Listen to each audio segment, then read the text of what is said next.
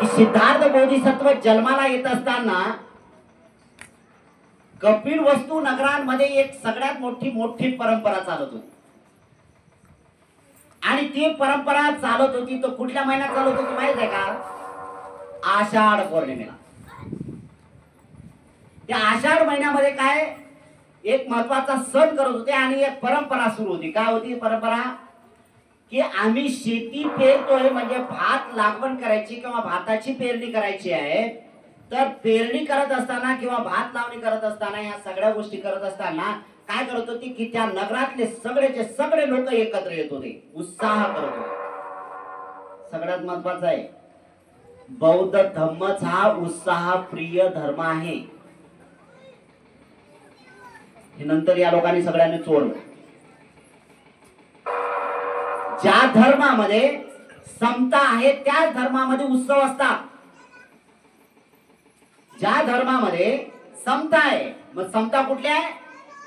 ते एकाच पद्धतीची समता नाही. मानवाच्या प्रती एकमेकाच्या प्रती समता आहे. तिथं केवळ फक्त माणूस, आणि जर त्याला असमताच म्हणायचं असेल तर तो फक्त भेद एवढा करतो आणि स्त्री आणि पुरुष बस याच्या पलीकडे तो भेद करत नाही. पण सगळ्या विचाराच्या माध्यमातून स्त्री आणि पुरुष समांतरावर आहेत. सगळ्यात महत्त्वाचं तो भेद नाही करत.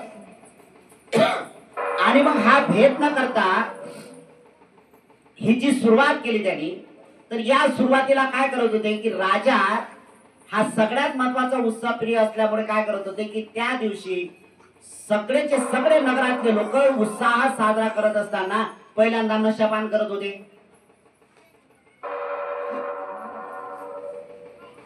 वप्रमंगल दिन म्हणतात त्याला. नशा करत होते. नशा म्हणजे दारू पित होते. त्यावेळेच काय साधन असेल ते आपल्याला माहित नाही, पण दारू पित असताना सगळेजण एकत्र विचार करत होते. ते एकत्र येऊन पण मग कोणाला मानपान कोणाला द्यायचं आहे? पहिल्यांदा राजाला मानपान द्यायचं आहे, कारण मोठा आहे ना. म्हणजे जर दारू जर प्यायची असेल तर कोणी पिले पाहिजे? पहिल्यांदा राजाने पिले पाहिजे. त्याच्यात अधर्मता होती म्हणून दुसरं एक काम होतं. मी पहिल्यांदा सांगितलं की समता होती त्यांच्यामध्ये.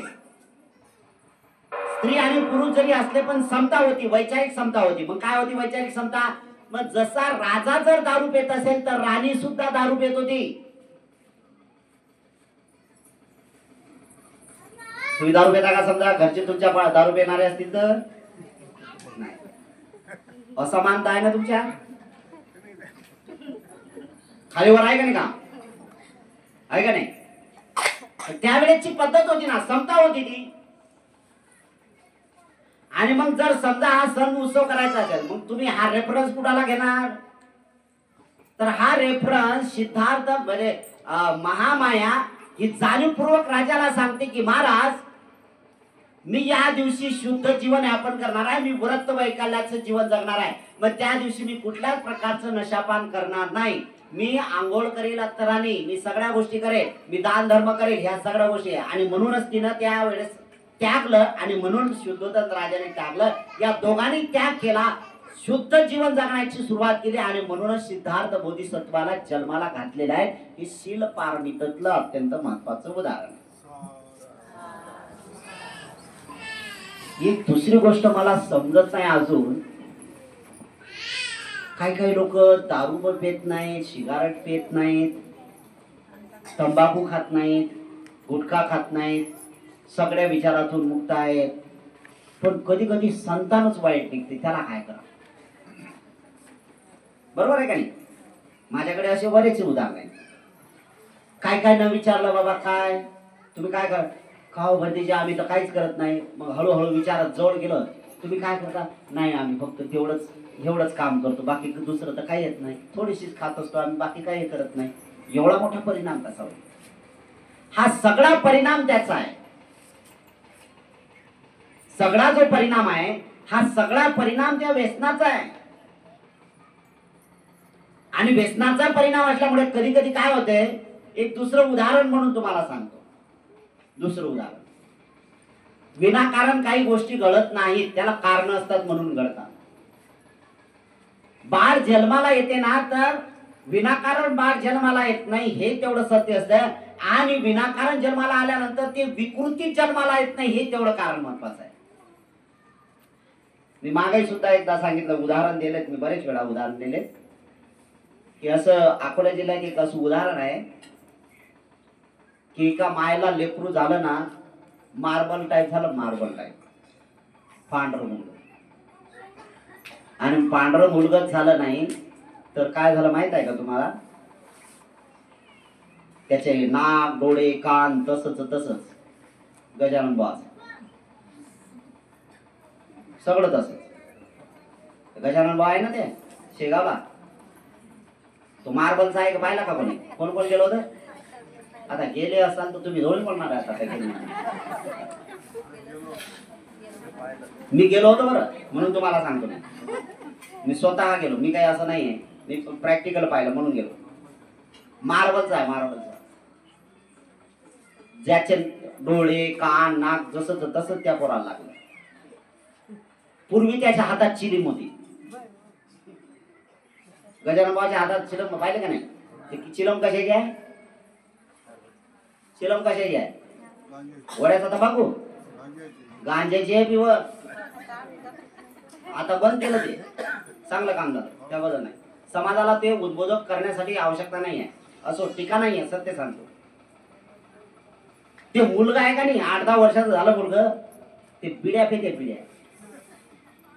काय करते मुलगा? तो काय करत होता? आता मला सांगा, तो मरून किती वर्ष झाले त्याचं त्याला माहित बिचाऱ्याला, बरोबर ना? मग असं म्हणू का आपण की आता त्याचा पुनर्जन्म झाला म्हणून? एवढं तरी निक्कम म्हणू शकतो की ती पुनरावृत्ती झाली, त्याची पुनरावृत्ती झाली. मग विचारलं मी, हे कारण काय? मला नंतर खबर कळली की हे बाई माय गर्भवती होती ना, तर पायदल जात होती रात्री वाऱ्या करायला दर गुरुवारी. परिणाम काय झाला? मी पहिल्यांदा सांगितलं, विनाकारण काही होत नाही. दुसरी एक उदाहरण सांगतो तुम्हाला. एका माणसाला कॅन्सर झाला. कॅन्सर झाला, त्याला विचारा काय बाबा तंबाखू पाहिजे, बिडी नाही. त्याला एकच छंद, सकाळी उठणे, उठल्यानंतर काय जे समजा नाश्ता वगैरे जे काय म्हणजे न्याहारी करणे, आणि शेतात जाणे, शेतातले काम करणे, संध्याकाळी आलं लोकांशी बोलणं नाही, काय नाही. कॅन्सरची गाठ झाली मानेला, मेलाय बिचारा. मी विचार केला, बाबा हे कसं काय झालं? काय झालं काय? कारण विनाकारण तर गोष्ट होत नाही आहे, विनाकारण. नंतर खबर कळली की त्याचा मित्र जो होता ना, तो पुराचा पुरा तो सिगारेट फुकणारा होता, तो पेनारा होता. त्याला काही झालं नाही, न पेनाराला त्याच्या तरंगाचा, त्याच्या वासाचा त्याला हे झालेला. ट्यूनअप झालं ना, वर्षण झालं ना, माचीची काळी लावली त्याने, त्याचा परिणाम झाला. त्याला व्हायचं ते नाही, त्याचे परिपक्व फळं व्हायचे का नाही, पण याचे फळं पकवले ना. हे सगळं. मग कधी कधी असं म्हणतो कोणी खात नाही पित नाही काय ना, मग कॅन्सर कसा काय झाला बाबा? मग काय लोक म्हणतात कॅन्सर झाला तर काय पाप केलं, अमुक केलं. अरे कोण सांगितलंय? विनाकारण काहीही गोष्ट होत नाही, कारण मात्र नक्की असते, म्हणून कार्य घडत राहते, हे पण लक्षात घेतलं पाहिजे. यासाठी जे आहे काय इथे येतात ना, तर सांगतात का हो माझं मुलगा असं झालं, माझं मुलगा तसं झालं, हे झालं ते झालं, अमुक झालं तर मग हे जे सगळ्या गोष्टी आहेत. आता मधला जो काळ होता आता दिसत नाही, याच्या अगोदरचा जर काळ बघितला असेल आपण तर पोलिओ होत होता. आता जो पोलिओ होता म्हणजे काहीतरी अपंगत्व होते, म्हणजे शरीरात त्या मातेकडून काहीतरी कमी पडलं म्हणूनच ना, कमी पडलं म्हणूनच त्या पूर्तता गोष्टी करण्यासाठी या सगळ्या ॲलोपॅथिकच्या माध्यमातून डॉक्टर लोकांनी सर्च केलं, आणि ती त्या मुलाला इंजेक्शन देण्याच्या माध्यमातून ह्या सगळ्या गोष्टी आता कुठेतरी तुम्हाला पोलिओ आता नष्ट झाल्यासारखा वाटतो. पण अगोदर आहे अशाच प्रकारची सुरुवात आहे. पोलिओ होण्याचे अनेक कारण आहेत, त्यापैकी एक सगळ्यात मोठा पोलिओ होण्याचं कारण हे आहे की त्या बाळाला परिपूर्णता अन्न मिळत नव्हतं, म्हणजे आईलाच खायला मिळत नव्हतं, तर त्या बाळाला कुठे नेणार आहे का नाही? मग तसं आहे. पण कधी कधी चांगले मायबाप असल्यानंतर लेकरं विद्रुप निघतात, याला काय म्हणायचं आहे? विनाकारण काही गोष्टी घडत नाही. यासाठी चित्ताची चेतना हे अत्यंत महत्वाचे. चित्ताची चेतना महत्वाची. जोपर्यंत गर्भवती भगिनी या गोष्टीचा विचार करत नाही, म्हणून तिनं सदैव या गोष्टीचा विचार केला पाहिजे की किमान ते शारीरिक दृष्ट्या कोणातून सबल असली पाहिजे, तंदुरुस्त असली पाहिजे, तशी मनाने सुद्धा ती फिट असली पाहिजे. मन सुद्धा महत्वाचं आहे. मन सुद्धा तेवढं महत्वाचं आहे आणि मनाने सक्षमपणा घेण्यासाठी करावं लागेल. म्हणून मनाचा विचार आहे. बुद्धवाणी पहिल्यांदा कानावर पडायचं असेल तर त्यासाठी सुरुवात करावं लागेल ना. जोपर्यंत तुम्ही बुद्धवाणीच्या कानाची सुरुवात करत नाही तोपर्यंत त्या बाळाला तशा प्रकारचं मटेरियल काही पोहोचत नाही आणि म्हणून त्यासाठी आपण सुरुवात केली पाहिजे. मग इथं बुद्धभूमीला दोन गोष्टीची काय केल्या जाते, हा नाही दुसरा माहिती. सगळ्यात महत्वाचं आहे की बुद्धवाणी दोन्ही पद्धतीने जे जे ऐकतात त्याचं तर भलं आहेच आहे, नाही असं नाही आहे, पण जो चालण्याचा प्रयत्न करतो त्याला अधिक लाभ होतो आणि बुद्धभूमीला जाणीवपूर्वक ही गोष्ट केल्या जाते आपल्या हितासाठी. म्हणून बुद्धभूमीला जास्त विशेष महत्व प्राप्त होताना दिसते आणि इथले तरंग सुद्धा त्या ठिकाणी निर्माण होतात. आणि मग तरंग निर्माण होत असताना काय केल्या जाते तर आपण सुरुवात केली पाहिजे की माझ्याकडून बुद्धवाणीची सुरुवात करायची आहे, तर मी बुद्धवाणी सुरुवात करण्यासाठी मी काय प्रयत्न केला पाहिजे, बुद्धवाणी ऐकली पाहिजे. बुद्धवाणी ऐकली तर त्याचा परिणाम चांगला होईल आणि जर परिणाम चांगला झाला तर मुलगा जे जन्माला येणार आहे ते अधिक चांगलं होईल. मग हे सगळे मनाची सगळ्यात महत्वाची उपलब्धी होती आणि त्या उपलब्धीच्या मार्गातून आपण प्रयत्न करणं गरजेचं आहे. दोन्ही गोष्टी इथं होतात. इथं पर्यती होत आहे, बुद्धवाणी ऐकल्या जाते, संगायन केल्या जाते आणि बुद्धाच्या संबंधी सांगितल्या जाते. आणि दुसरी गोष्ट बुद्ध विचार इथं प्रॅक्टिकल जीवनात उतरवल्या जाते. म्हणून मगाशी मी सांगितलं त्याचं तोंड तिकडे करा. सगळ्यात महत्वाचं एक आहे की बुद्धवाणीची सुरुवात काय होते की आपण जीवन जगण्याचा प्रयत्न करत असताना काय होतं, मग मगाशी सांगितलं की हत्येचा विचार जो आहे तो हत्येचा विचार आपल्या चित्तामध्ये पडलेला आहे आणि जर हत्येचा विचार जर बंद म्हणजे हत्येचा विचार जर बंद करायचा असेल तर तुम्हाला या वाणीने ऐकायला सुरुवात करावं लागेल ना. आणि म्हणून बुद्धभूमीला तुमच्याकडून जाणीवपूर्वक दोन्ही गोष्टी करून घेतल्या जाते. इथं शिलय पालन करून घेतल्या जाते आणि तुम्हाला प्रॅक्टिकल शील पालन कसं करतात याचा अनुभव सुद्धा तुम्हाला केला जातो. सगळ्यात महत्वाचा आहे, अरे आवाज सगळ्यात महत्वाचा आहे. म्हणून ही गोष्ट आपण लक्षात घेतली पाहिजे की बुद्धभूमीला येत असताना आपण काय केलं पाहिजे, तर बुद्धभूमीला येत असताना इथं जे म्हणजे मेडिटेशन जे आहे, विपश्यना आहे, त्या विपश्यनेचा कोर्स आपण केला पाहिजे आणि 10 दिवस मी शील पालन करण्यासाठी सक्षम बनले पाहिजे. 10 दिवस प्रॅक्टिकल आहे. इथं तुम्हाला सांगितलं जातं तुम्ही चालत असताना खाली बोला, तुम्ही लोक व्यवहारामध्ये चालत असता, तुम्ही जर गेलात तर तुम्ही जर गेल्यानंतर परिणाम काय होत माहिती आहे का, तुम्ही जाता आता सगळे व्यवहारात लोक व्यवहारातलं सुरू आहे आणि लोक व्यवहारातलं सुरू असल्यावर तुम्ही काय करता, जसं लोक बोलतील तसं तुम्ही करायचा.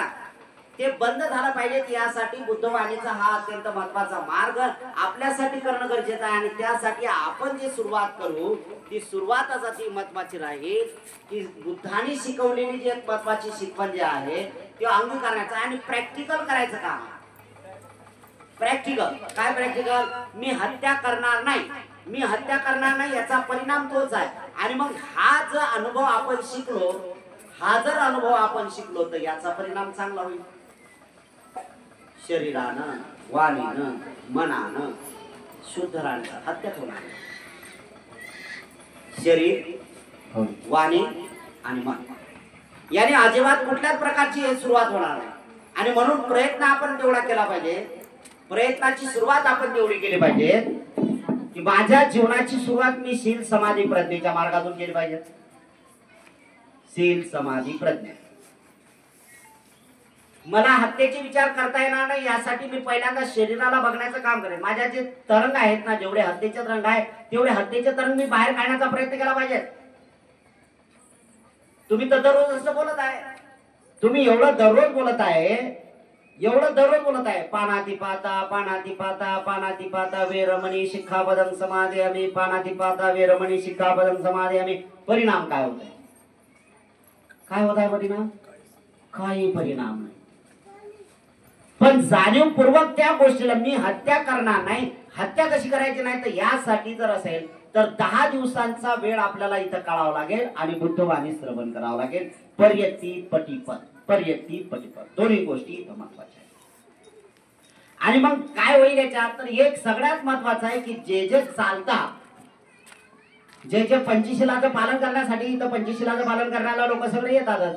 मग ते काय करतात माहित आहे का, इथं जाणीवपूर्वक त्यांना शिकवल्या जाते, जाणीवपूर्वक ह्या गोष्टी सांगितल्या जातात की पानाती पाता एवढाच महत्वाचा भाग नाहीये. तर पानाती पाता वेगळं करत असतं काय, तर तो जाणीवपूर्वक त्या विचाराची सुरुवात करतो. मी हत्या करणार नाही. मी हत्या करणार नाही म्हणजे काय करणार नाही, जे काही हत्येचे विचार आहेत त्यालाही काढून टाकण्याचा, बाहेर करण्याचा प्रयत्न करणार आहे. ते हत्येचे विचार बाहेर काढेल आणि मग माझे शुद्ध जीवन जगण्याचं आहे. 10 दिवसांपर्यंत करावं लागते. तसे चोरीचे, तसे व्यभिचाराचे, तसे खोटं बोलण्याचे, तसे नशापान करण्याचे सगळेचे सगळे विचार आपल्यातून दूर करायचे. सगळे आपल्याला मनुष्याचं जीवन लाभलं आणि मनुष्याचं जीवन लाभत असताना आपण आपल्याला स्वतःला भाग्यवान समजलं पाहिजे की मला मनुष्याचं जीवन लाभलं. होतात ह्या गोष्टी, होत नाहीत अशा नाही. आपल्या चोरीचे विचार आहेत, आपल्या हत्येचे आहेत, आपल्या व्यभिचाराचे आहेत, आपल्या खोटं बोलण्याचे आहेत, आपल्या नशापानाचे सगळेचे सगळे आपल्यात गुण पडलेले आहेत. नाही असं नाही आहे, सगळे पडलेले आहेत. आणि मग सगळे जर गुण पडलेले आहेत तर त्या सगळ्या गुणाची निर्मूलन करण्यासाठी, त्या सगळे गुण आपण दूर काढण्यासाठी, त्याचं जाणीवपूर्वक निरसन करण्यासाठी आपल्याला ते तरंग बंद करावं लागतील. आणि तरंग आपले शुद्ध तरंग करण्याचं काम मनाने सॅटिस्फाय जाऊन सांगितलं पाहिजे, मनाने समाधानपूर्वक सांगितलं पाहिजे मी हत्या करत नाही. म्हणजे सदैव मंगल मैत्री आपला सुरुवात होते आणि मंगल मैत्रीचे तरंग होतात. आता समजा दररोजच जर हत्या करणारा माणूस असेल आणि त्याला म्हटलं बाबा तू असं म्हण मी कोणाची हत्या करणार नाही, सगळे प्राणी सुखी हो, असं होईल का त्याच्याकडून? नाही होणार, बिलकुल नाही. मंगलाचे शब्दच कानावर पडणार नाही त्याच्या. हे सगळंच सगळं बंद करायचं असेल तर यासाठी ही भूमी अत्यंत महत्वाची आहे आणि या भूमीचा लाभ आपण घेतला पाहिजे, त्यासाठी प्रयत्न केले पाहिजेत. म्हणूनच आहे. आणि जे जे बुद्धवाणीत संपर्कात येतात ते धन्य होतात आणि जे जे धन्य होतात ते शुद्ध जीवन जगण्यासाठी प्रवृत्त होतात. सगळ्यात महत्वाचं आहे की आपल्यालाही सुद्धा हे तरंग निर्माण करायचं.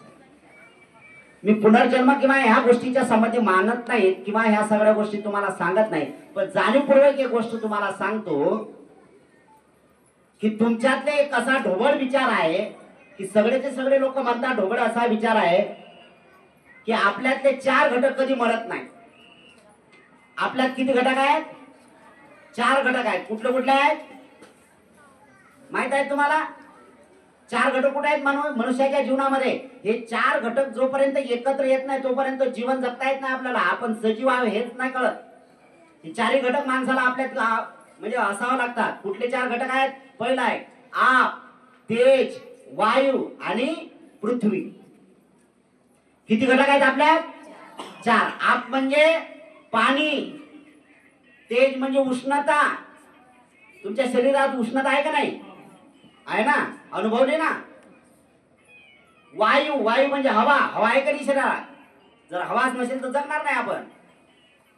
आणि जडत्व, जडत्व म्हणजे ठोस पदार्थ आहे. मांस आहे का नाही? मांस आहे, त्याच्यानंतर हाड आहेत ना, हे जड पदार्थ, घन पदार्थ. हे जोपर्यंत एकत्र येतात तोपर्यंत सजीव आहे. हे जर विखुरल्या गेले तर सजीवपणा राहत नाही. आणि असं बुद्धशास्त्र किंवा असं विज्ञान सांगते की हे 4चे घटक मरत नाहीत. हे 4 घटक 4 घटकात विलीन होतात आणि विलीन होत असताना हे कुठेतरी जन्माला येतात. हे ते कळायचं.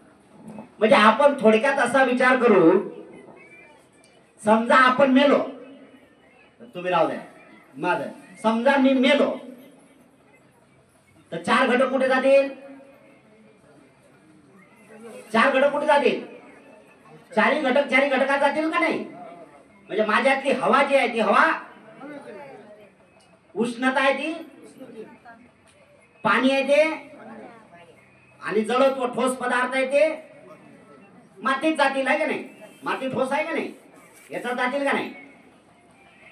याला एक महत्वाचं आहे. हे जर जात असतील आणि हे 4 घटक जर शुद्ध नसतील तर जाणार तर सगळ्याच्यात.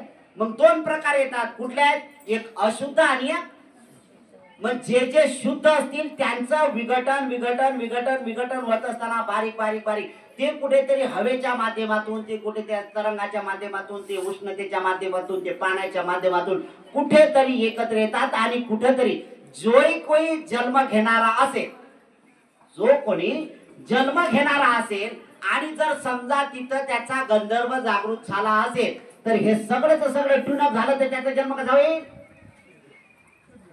होईल का नाही? सगळ्यात महत्वाचं आहे. आणि बुद्ध त्याच्या पलीकडे एक सांगतात, माता पिता हे फक्त फिजिकल बर्थ देत असतात. माता पिता मुलाला जन्म फक्त फक्त आणि फक्त शरीराचा जन्म देत असतात, चित्ताचा जन्म देत. माता पिता आहेत का नाही? मग माता पित्याचे टोटल गुण असले पाहिजेत ना त्याच्यात. बाप दारू पेत नाही, लेक जन्माला आल्यानंतर दारू जर पडत असेल तर मग काय म्हणावं? म्हणजे हे सगळे चित्ताचा प्रकार आहे ना. म्हणजे याचा अर्थ आपण जाणलं पाहिजे की ह्या सगळ्या हे चारी घटक चारी घटकात विलीन होतात. म्हणजे आपण हा विचार केला पाहिजे की जर यदा कदाचित, म्हणजे तुम्हाला अगदी शून्यावर आणून टाकलं मी आता डायरेक्ट, जर यदा कदाचित आपण सगळेचे सगळे मरणधर्मी आहोत आणि तुम्हाला असं वाटत असेल जर आपले घटक जर मरायचे नसतील आणि म्हणजे मरणार तर नाहीत असे, जर तुम्हाला असं वाटत असेल माझे जर हे सगळे घटक अकुशल किंवा अशुद्धतेच्या तरंगामध्ये जर विलीन व्हायचे नसतील, शुद्ध तरंगामध्ये जर जन्माला घालायचे असतील तर वर्तमान काळामध्ये मला शुद्ध जीवन जगावं, यासाठी बुद्धवाणी ऐकावं लागेल ना. शिलाचं पालन, जेवढ्या दिवस शिलाचं पालन केव्हा तेवढी प्युरिटी, तेवढी शुद्धता होईल, है ना. एखादा कामगार माणूस आहे आणि त्याला नाली खोदायचं काम दिलं, नाली खोदायचं काम त्याला 1 मीटरची नाली खोदायला दिली, 1 मीटरचे खाली, त्याची शक्ती, त्याचा वेळ, त्याचा सगळा काळ बघितलं, त्यांनी खोदता खोदता त्यांनी 2 फुटापर्यंत नेलं. पुढचा काळ राहिला तसा, तो आता पुढे काम करू शकतो. कारण याला काळ नाही, त्याला वेळ नाही, त्याला शक्ती नाही. या तिन्ही गोष्टी त्याच्या बंद झाल्यात ना. काळ नाही, त्याला वेळ नाही आता, आणि दुसरी गोष्ट त्याला शक्ती नाही. म्हणजे एखादा माणूस जर जेवण करून त्याने काम केलं तर तो 1 मीटर पर्यंत काम करू शकेल. पण जर समजा तो उपाशी, म्हणजे उपाशी अनावश्यकपोटी तो गेला आणि त्याने काम केलं, काम करायला सुरुवात केली तर संयोग असा झाला, काम करायची सुरुवात केल्यानंतर ऊन तापलं, म्हणजे काळ नाही तो, आणि वेळ होत गेला जेवणाचा, आणि शक्ती नाही त्याच्यात, काम करण्याचा ताण नाही त्याच्यात, होईल का काम पुढे? नाही होणार, ते तिथंच थांबणार आहे. आणि आपणही सुद्धा तसंच काम करायचं. पण जेवढं केलं तेवढं महत्वाचं आहे का? ते बंद होईल का आता? नाही आहे. जर कोणी आला तर तो त्याला अधिक पुढे करण्याचं काम करेल, तो अधिक पुढे करण्याचं काम करेल, अधिक पुढे. तशाच प्रकारचं आपल्याला सुद्धा पूर्ण करायचं आहे.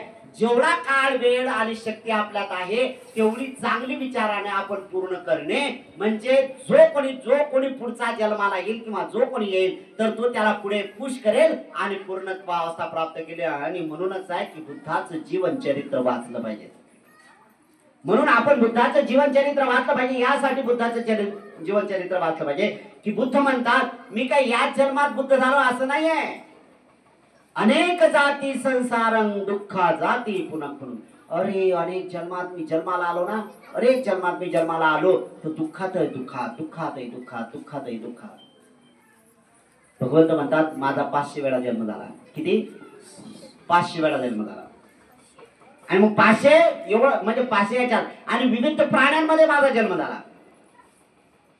विविध प्राण्यांमध्ये जन्म झाला असताना म्हणजे ट्विन अप झाला, तसं गंधर्व आला तो तसा, आणि म्हणून त्याचा संबंध आला आणि म्हणून त्याच्या प्रकारची उत्पत्ती झाली. हे तेवढंच नाही. म्हणून आपण सगळ्यात ढोबळ मनाने असा विचार करायचा, यदा कदाचित जर मला मृत्यू आला तर तो मृत्यू येत असताना माझे चारी घटकात विलीन होत असेल, त्यासाठी मला शुद्ध जीवन जगायचं आहे आणि माझं जीवन यापन करायचं आहे. मला पुढचा जन्म प्रदान करायचा असेल तर शुद्ध तरंगाच्या माध्यमातून. मी कोणाच्या पोटी जन्म येईल काय माहित नाही, जसेचे तसे चारी घटक येतील, याला काळ किती लागेल माहित नाही.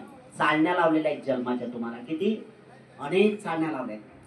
जसं सोयाबीन काढत असताना 3-4 चालण्या दिसतात की नाही आपल्याला, पहिले कापणार ते आहे ना, ते यंत्र आहे का नाही, ते ते यंत्र काय करते माहिती आहे ना, ते पहिल्यांदा ते कापते, कापल्यानंतर ते काय करते, त्या फॅन मध्ये देते, फॅन मध्ये नेल्यानंतर काय त्या शेंगा फोडते, शेंगा फोडल्यानंतर काय करणार, ते हवेच्या माध्यमातून ते ज्या त्याचा भुस्सा आहे तो बाहेर फेकते आणि दाणे खाली टाकते. आणि त्या दाण्यातही सुद्धा तेही सुद्धा खाली करता करता जे काही ज्वारी आहे किंवा जे काही म्हणजे दाणे दाणेदार आहे किंवा माती आहे, ते माती वेगळ्या इकडे जाते आणि दुसरी इकडे पडते, है ना.